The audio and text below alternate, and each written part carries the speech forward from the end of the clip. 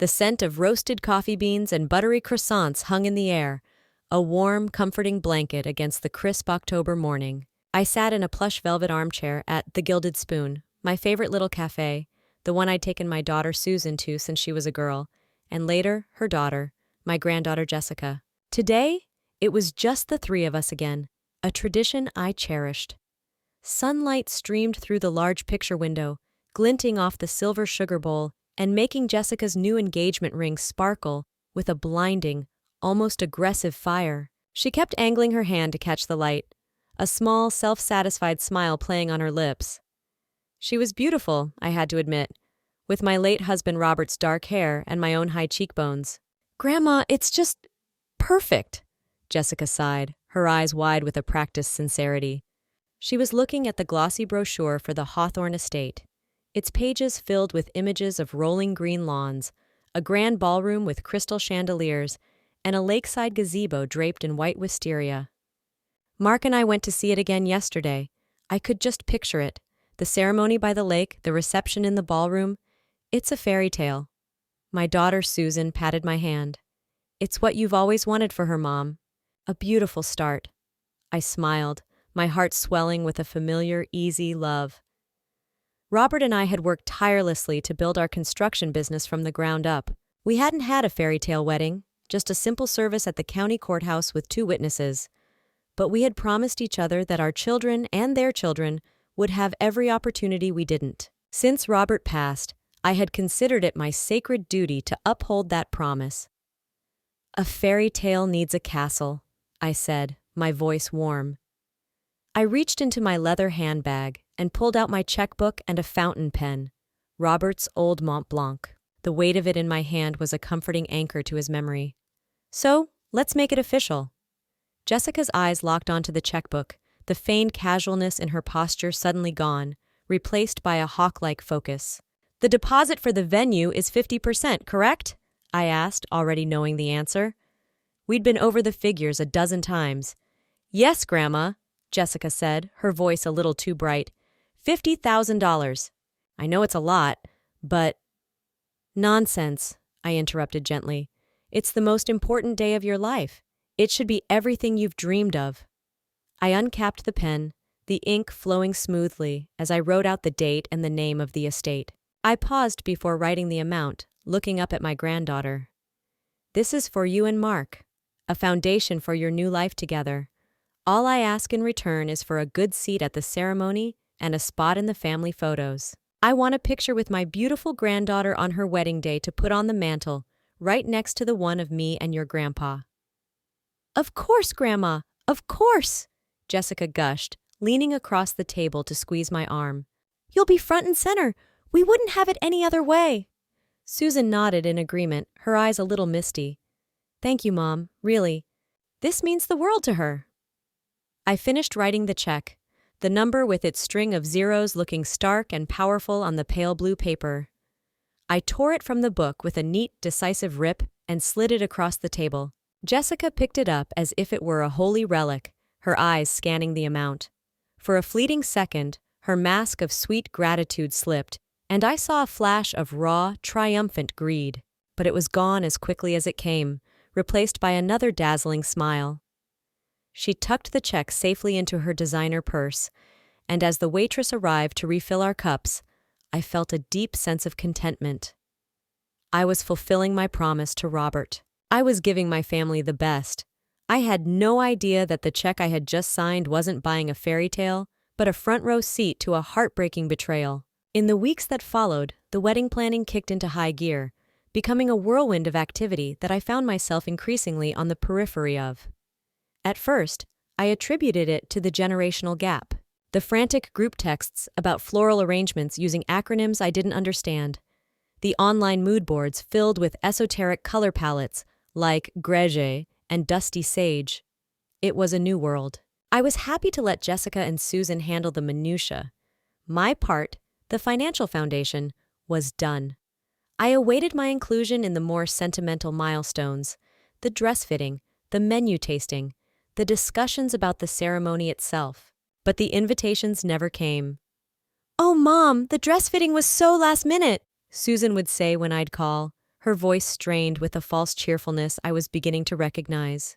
The seamstress had a sudden opening and we just had to grab it. It was all a mad dash. When I asked about the menu tasting, she'd say, "Jess and Mark are handling that. They're such foodies, you know how picky they are. They said they'd bring you some samples." The samples never materialized. A cold knot of unease began to tighten in my stomach. It was a feeling I hadn't had in years. A faint echo of the early days of our business, when a contractor would avoid my calls right before a deadline. It was the sound of being managed. I'd call Jessica, and my calls would go straight to voicemail. A few hours later, I'd receive a text message, bubbly and impersonal. "Hey Graham, super swamped W/wedding stuff. Love you."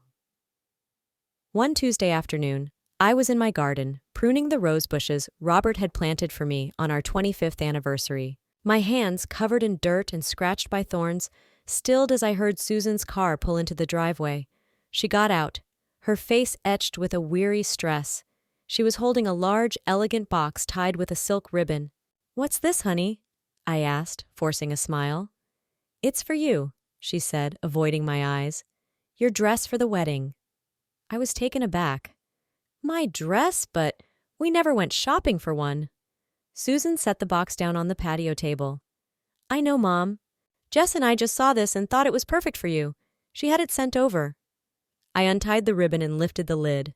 Inside, nestled in layers of tissue paper, was a shapeless beige dress. It was made of a heavy, unflattering polyester blend with a high, frumpy neckline and long, matronly sleeves. It was the kind of dress designed to make the wearer disappear, to blend into the wallpaper. It was a uniform for an irrelevant old woman. A wave of cold dread washed over me. This wasn't a thoughtful gift, it was a costume for a role they had already cast me in without my knowledge. "It's very sensible, dear," I said, my voice barely a whisper. Susan finally looked at me, her expression a mixture of guilt and pity. "Jess just wants everything to be cohesive, Mom. The color scheme is very specific." The word cohesive landed like a stone. It was a clinical, detached word. It meant I was a design element to be managed, not a grandmother to be celebrated. I looked from the drab dress to my daughter's pained face and knew, with a certainty that chilled me to the bone, that something was terribly wrong. My inclusion in the wedding was not just being overlooked, it was being deliberately and carefully curated. The ugly beige dress haunted me for a week. I left it in its box, a silent, mocking presence on the guest room bed.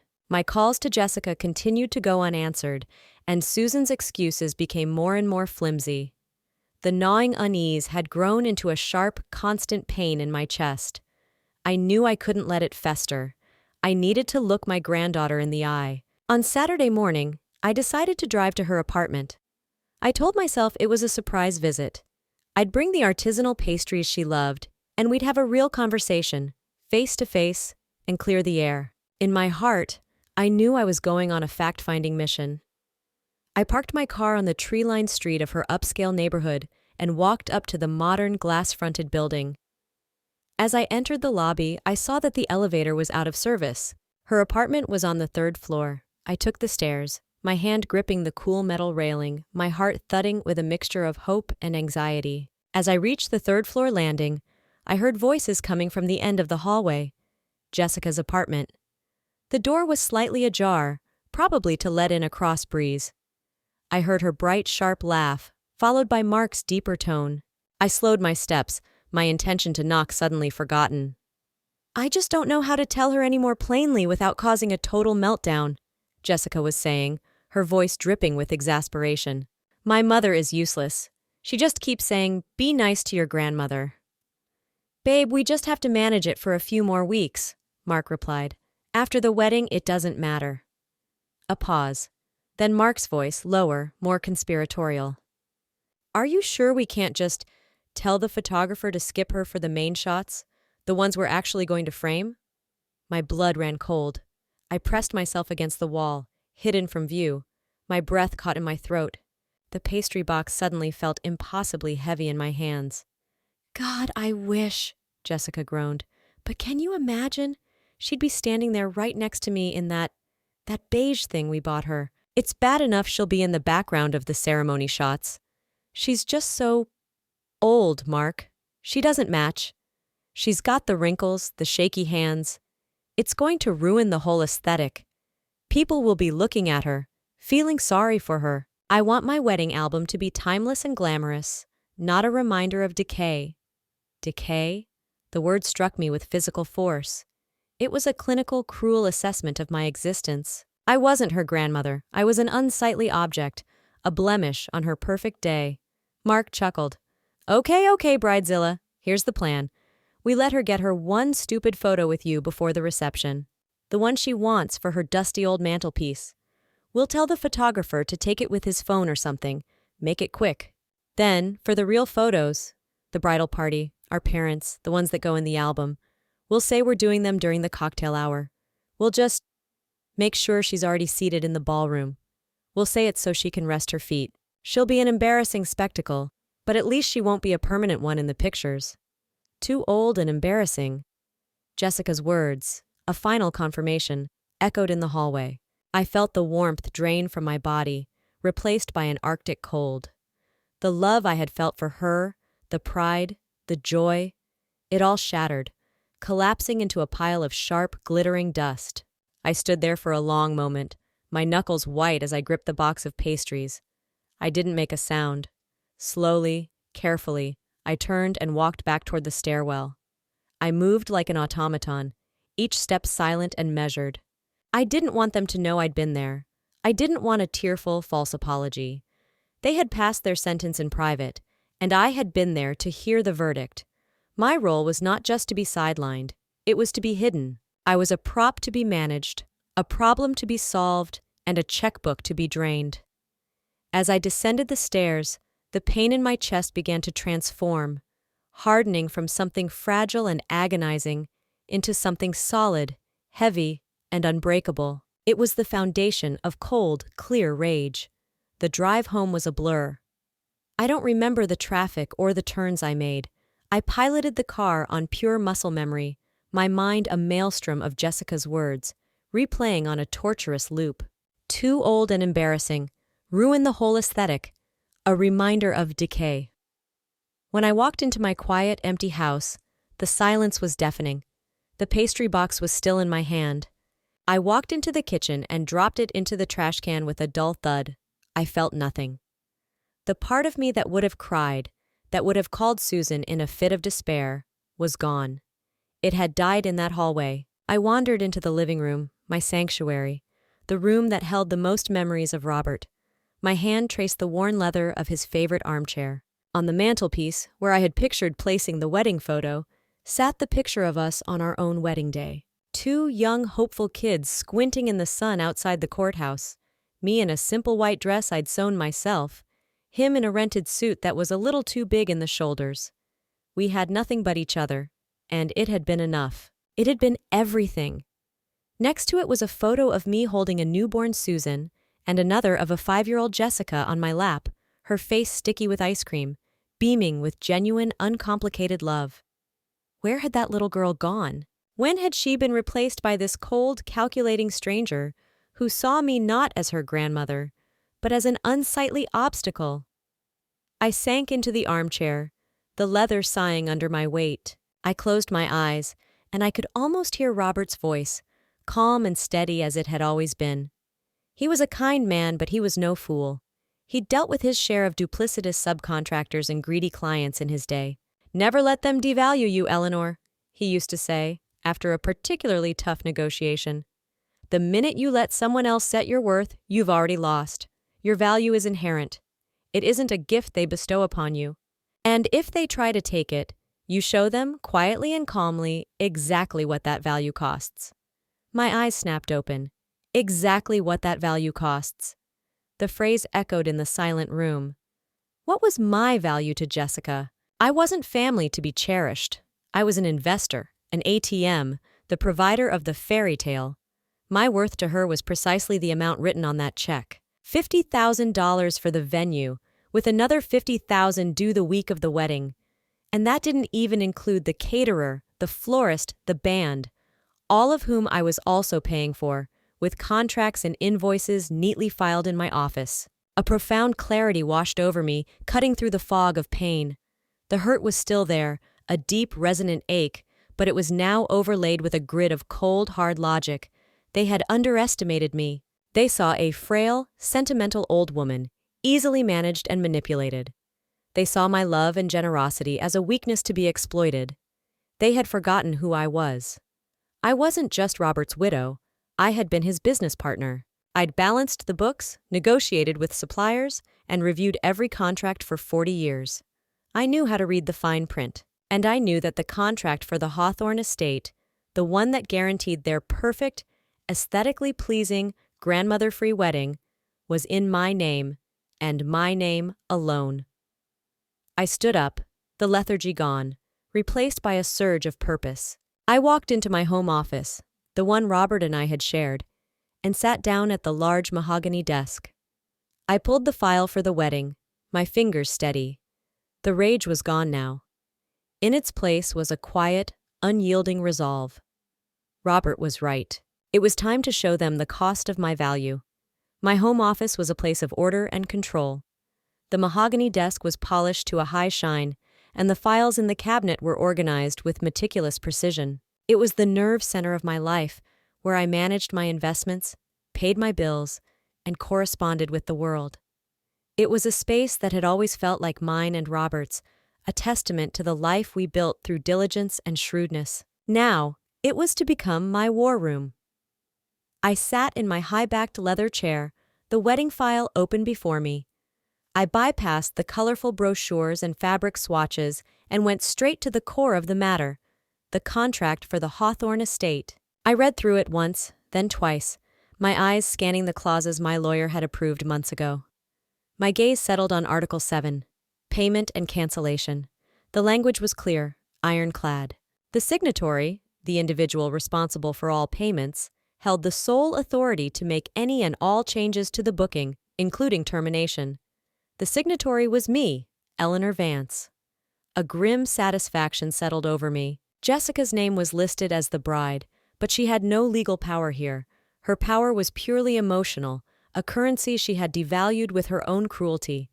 My power was written in black and white, legally binding and absolute. I picked up the receiver of my landline phone. The heft of it felt solid, real. I dialed the number for the estate's event coordinator, a briskly efficient woman named Miss Albright. Her voice came on the line, professional and polished. The Hawthorne estate, this is Carol Albright speaking. How may I help you? Good morning, Miss Albright. This is Eleanor Vance, I said, my voice even and calm. I was surprised at my own composure. There was no tremble, no hint of the emotional devastation I'd felt just hours before. I'm calling in reference to the wedding of Jessica Sterling and Mark Compton, scheduled for June 8th. Ah, yes, Mrs. Vance. Good morning. I was just reviewing the timeline with our catering manager. We are all so excited. The plans for the floral arrangements in the ballroom are simply breathtaking. Her cheerful chatter was like static. I let her finish before I spoke again, my tone unchanging. Miss Albright, I need to refer you to Article 7 of our contract. Could you please pull up the file? There was a pause, the rustling of papers. Her tone shifted, becoming more formal. Yes, I have it here. Article 7, payment and cancellation. Is there an issue with the payment schedule? No, not at all, I replied smoothly. I am simply invoking my right as the contract's sole signatory. I am calling to inform you that I wish to cancel the event. The silence on the other end of the line was absolute. I could picture her, frozen at her desk, her professional smile evaporating. Cancel? She finally stammered. Mrs. Vance, forgive me, but the entire event? The wedding is less than 2 months away. Are you certain? I have never been more certain of anything in my life, Miss Albright, I said, the words tasting like vindication. I understand from the contract that the initial deposit of $50,000 is non-refundable. I accept that. Please proceed with the cancellation of the booking for June 8th, effective immediately. But the bride, shouldn't I speak with Miss Sterling? She asked, a note of panic in her voice. She was clearly imagining a hysterical bride-to-be, and I couldn't blame her. No, I stated, my voice firm as steel. "You will speak with me. The contract is between you and me. Jessica Sterling is merely the guest of honor at an event that is no longer taking place. Please email me a confirmation of the cancellation for my records." Of course, Mrs. Vance," she said, her voice now subdued, professional decorum snapping back into place. "I will process this immediately. The confirmation will be in your inbox within the hour." We exchanged brief pleasantries, and I hung up the phone, placing the receiver back into its cradle with a soft, definitive click. I leaned back in my chair, the silence of the office wrapping around me. I hadn't raised my voice. I hadn't cried or pleaded. I had simply read a contract and made a business decision. I had excised the reminder of decay from the equation. The fairy tale castle was gone, and I had been the one to tear it down. I didn't have to wait long. An hour after I received the crisp, formal cancellation confirmation from Miss Albright, my phone began to ring. It was Jessica. I ignored it. It rang again and again, each ring more insistent, more frantic than the last. Then came the texts, a rapid-fire barrage of digital hysteria. "Grandma? What happened? The venue just called me. Is this a mistake? Call me now!" I watched the messages pile up on my screen, feeling a detached sense of calm.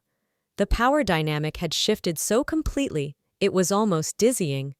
A few days ago, I was the one waiting for her calls, desperate for a scrap of her attention. Now she was on the hook, and I was letting her squirm. Finally, my daughter Susan called. I knew I had to answer this one.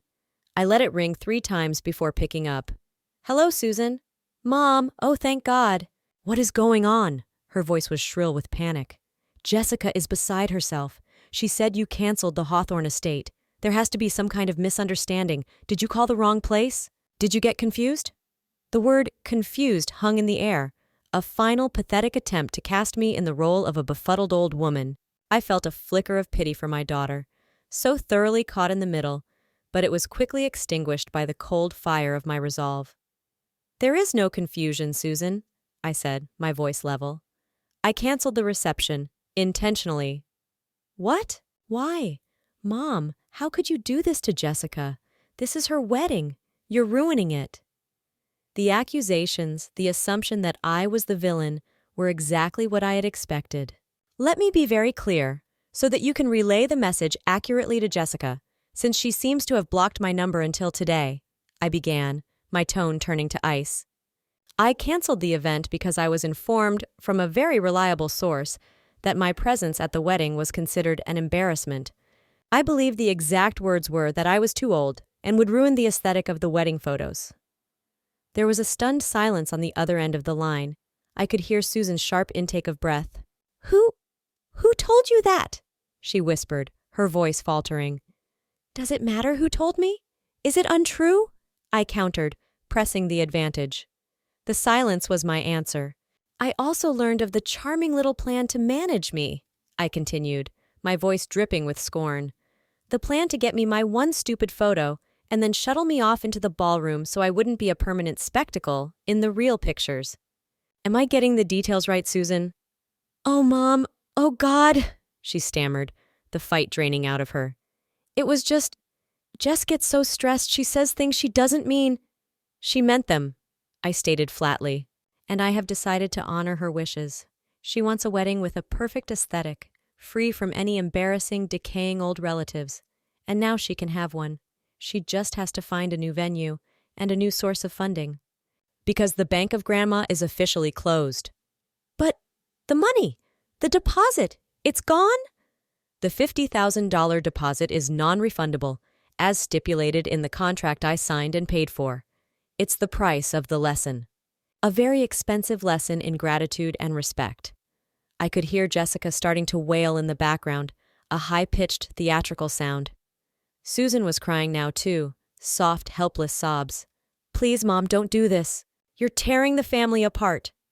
"I'm not the one who did this, Susan," I said, my voice softening slightly, but losing none of its firmness. "I was perfectly happy being a cherished part of this family, but I was relegated to the role of an investor. And as an investor, I have decided to pull my funding from a project where I am clearly not valued. Jessica wanted me out of the picture, so I removed the entire picture. The frame, the canvas, everything. She can paint a new one on her own dime. I ended the call, leaving her with the sound of her daughter's histrionics. I felt a profound, aching sadness for the relationship we'd lost, but it was overshadowed by the liberating feeling of standing up for myself. The unraveling had begun, and it was all of their own making. 2 days later, they appeared on my doorstep. It was a gray, drizzling evening that perfectly matched my mood. I saw them through the peephole. Jessica, her face pale and swollen from crying, her usual impeccable makeup smeared, and Mark, looking awkward and resentful in a rumpled jacket. They had clearly come straight from work, driven by a desperate last-ditch hope. I took a deep breath, straightened my spine, and opened the door. "Grandma," Jessica began, her voice cracking. The arrogance was gone, replaced by a desperate, cloying sweetness that was almost more insulting. "We need to talk. Can we please come in?" I didn't move. I simply stood in the doorway, a silent, unbreachable wall. "We can talk right here." Mark shifted his weight from foot to foot. "Look, Mrs. Vance, Jess, we're sorry, okay? She was stressed. She's a bride. They say crazy things. She didn't mean any of it." His apology was so weak, so utterly devoid of sincerity, that I almost laughed.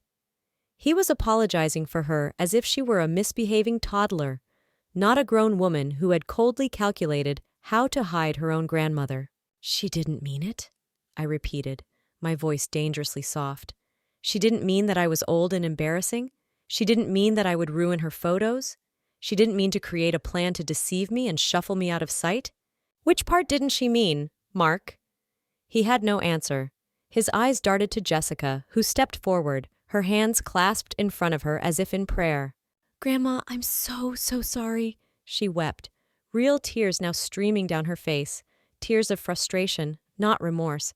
"I was horrible. I was a monster. Please, you have to forgive me. The wedding is in 7 weeks. We can't find another place like the Hawthorne.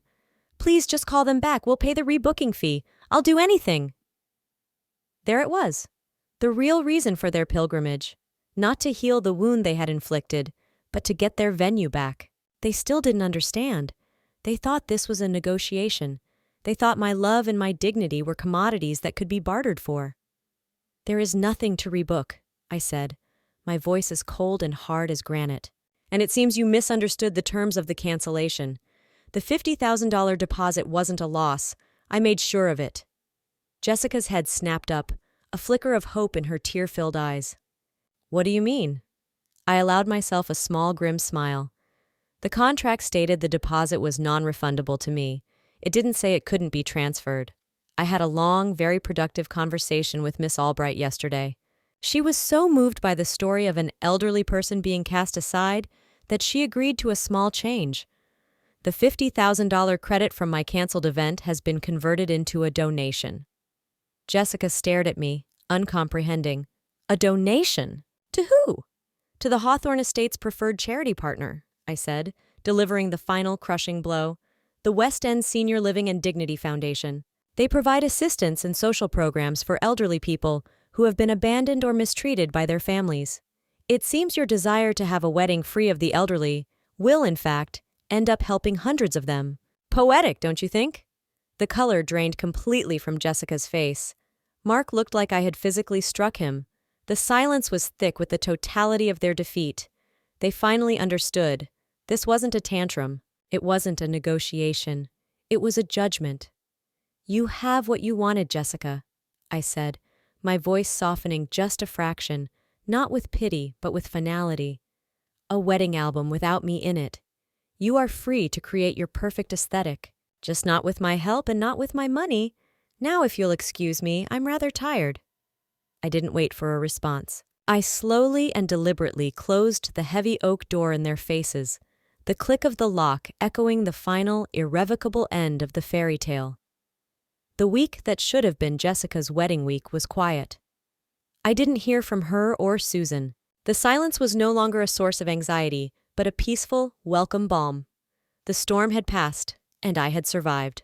On the Saturday that would have been the wedding day, I woke up to a sun-drenched morning. For a moment, a pang of sadness hit me, the ghost of what should have been. A day of family celebration, of joy, of a promise fulfilled, but I pushed it away. The promise had been contingent on love and respect, and the contract had been broken by them, not by me. Instead of putting on the drab beige dress they had chosen for me, I put on my favorite silk blouse, a vibrant sapphire blue, and a pair of tailored cream trousers. I put on the pearl earrings Robert had given me for our 40th anniversary. I looked in the mirror and saw not a reminder of decay, but a woman who had reclaimed her own value. I saw strength. I saw Eleanor Vance. On my desk sat a letter I had received the day before. It was on thick, creamy cardstock, with the letterhead of the West End Senior Living and Dignity Foundation. It was a heartfelt letter from their director, thanking me for my extraordinarily generous and timely donation. She wrote that the funds would be used to completely refurbish their communal dining hall and start a new arts and music therapy program. "You have brought light and dignity to so many," the letter concluded. "We are eternally grateful." Tucked inside was a photograph of a dozen residents, smiling and holding a handmade, "Thank you, Eleanor," sign. I placed that photograph on the mantelpiece, right where the wedding picture was supposed to go. It looked far better. It wasn't a picture of a manufactured fairy tale, but a testament to real, tangible kindness. It was a picture of my true legacy. My phone buzzed. For a heart-stopping second, I thought it might be Susan, but it was a text from my travel agent. "Your tickets are confirmed. A window seat as requested. Paris is waiting." I had taken the other $50,000, the money I would have spent on the remainder of the reception, and bought myself a first-class, round-the-world ticket. My first stop was Paris, a city Robert and I had always dreamed of seeing together, but never had the time. I was going for both of us. That evening, I didn't sit at home. I made a reservation at the city's finest restaurant, a place I'd always saved for special occasions. I sat at a table for one, by the window, overlooking the glittering city lights. I ordered their most expensive champagne and a ridiculously decadent chocolate dessert. I raised my glass in a silent toast.